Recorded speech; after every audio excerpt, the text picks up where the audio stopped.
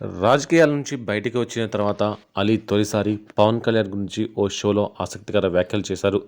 సుమ అడ్డా షోకి అలీ అతిథిగా హాజరయ్యారు. ఈ షోలో సుమతో పాటు యాంకర్ సౌమ్యారావు, సినీ హనుమంతు, శ్రీహాన్ పాల్గొన్నారు. అటువైపు అలీ, ఇటువైపు సుమని పెట్టుకొని సౌమ్యారావు బూతులతో రెచ్చిపోవడం అందరినీ ఆశ్చర్యానికి గురిచేసింది. అలీ సౌమ్యారావుపై సెటైర్లు వేశారు. పాప కర్ణాటక నుంచి వచ్చింది కాబట్టి తెలుగు కన్ఫ్యూజ్ అవుతోంది అని చెప్పారు. నాకు తెలుగు బాగా వచ్చు, కానీ లింగ కన్ఫ్యూజ్ అవుతాను అని చెప్పింది. దీంతో అలీ, సుమ ఆశ్చర్యంగా చూస్తూ పగలబడి నవ్వారు.